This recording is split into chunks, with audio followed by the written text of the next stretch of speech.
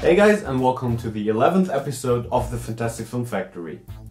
As some of you might know, I'm currently working on a slightly bigger project than usual, which happens to be a full-sized creature. In my last video, I built the creature's head. I'll put the link to that video into the video description. Today, we're going to continue working on this project by making a custom stand and base for my monster.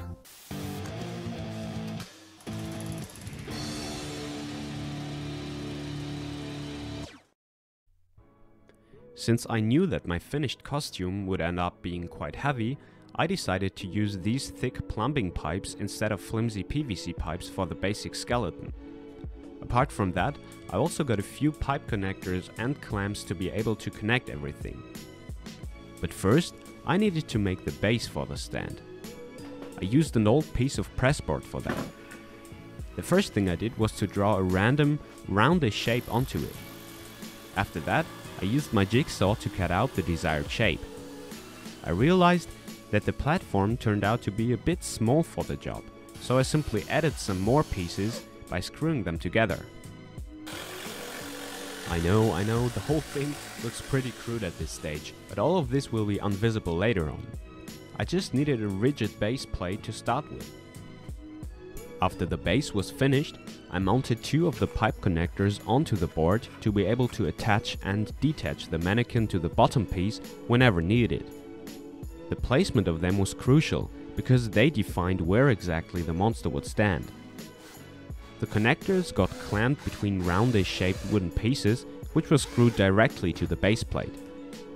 I also included a slight height difference between them to make the standing pose of the creature appear more alive.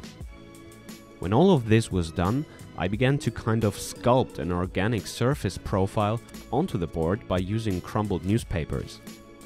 Since the monster itself will look like a mutated World War soldier, I wanted the base plate to have the appearance of a piece of no man's land between the front lines, with mud and barbed wire. When the newspaper pieces got glued into place, I was done. A cool looking base plate for your next homemade costume. Yeah, I was just kidding, we're only at the start. The only purpose of the newspaper is to reduce the needed volume of our next material, expanding foam. I wanted to use the foam to create an organic, muddy looking texture that I could work with. By using the newspaper, I hoped that I could reduce the needed expanding foam to one can, which didn't work out at all. I ended up needing 2 more cans of foam to cover the whole platform. After the whole thing dried overnight, the basic foam of the base was finished. I think it reminds a bit of no man's land. After that, it was time to work on the actual mannequin.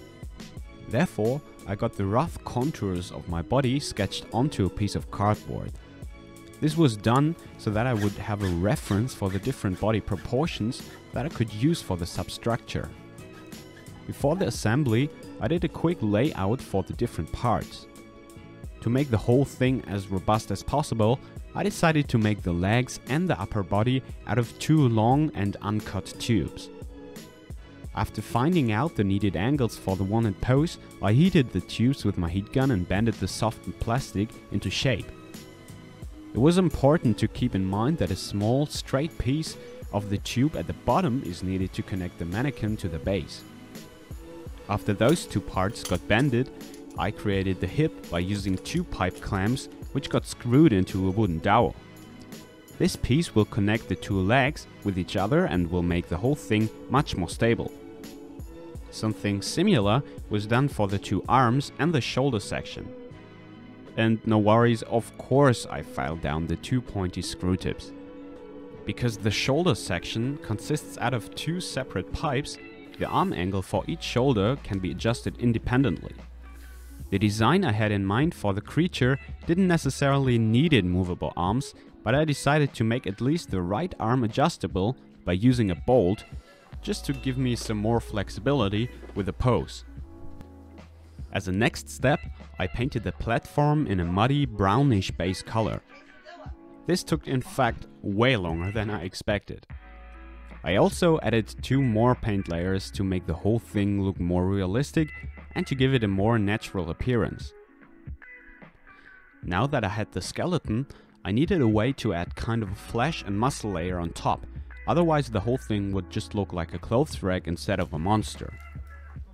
I didn't really need a tremendous looking solution, I just needed to get the proportions right, so I decided to go with the duct tape wrap method, with the only difference that I used packing tape instead of duct tape because it was a lot cheaper. Essentially, you just put on an old shirt and ask someone to wrap your upper body in tape. I don't know exactly where on YouTube I found this method, but it's a quite easy and cheap solution. And sorry for my lack of enthusiasm, I think I was a bit short on oxygen at that time. After the form got cut open, I had a flat template of my body form. I did the same thing for my legs. I am not going too much into detail because I didn't do a good job at this, since nothing of the dummy will be visible later on, but I recently saw a good video on the channel of Lost Wax where he explained very detailed the process of making a duct tape dummy. I'll put the link to his video into the video description. The created templates can now be wrapped around the skeleton and can get stuffed with crumbled newspapers.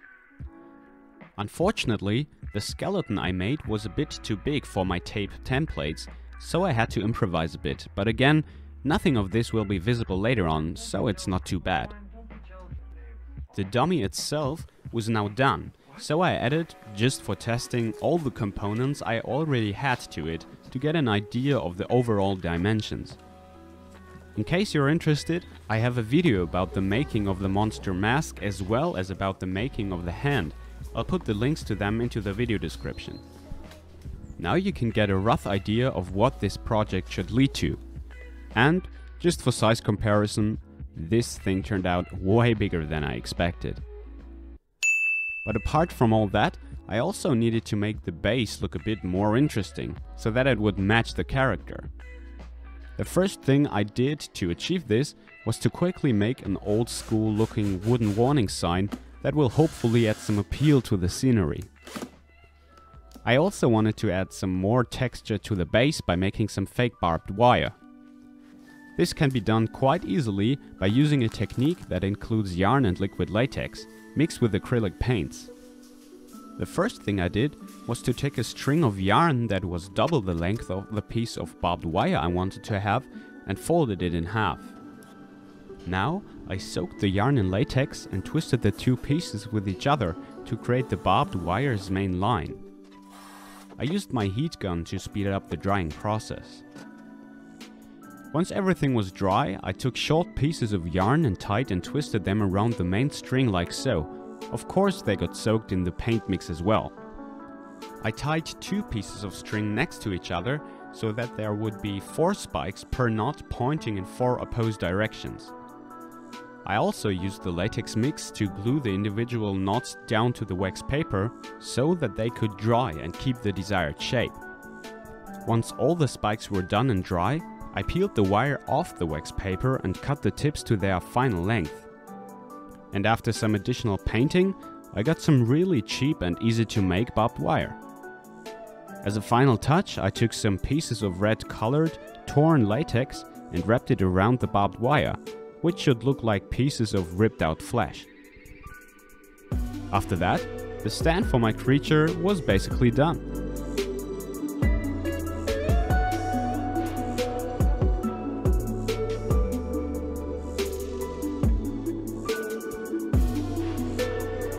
It took in fact a lot more time to build than I expected and hoped, but all in all I'm happy on how this thing turned out.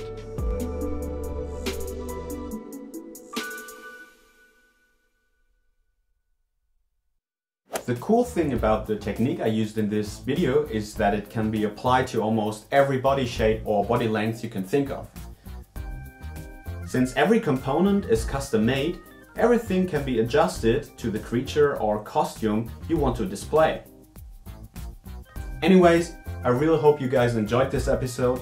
I sure did, and I'm really looking forward to continue working on this project, bringing this creature more and more to life.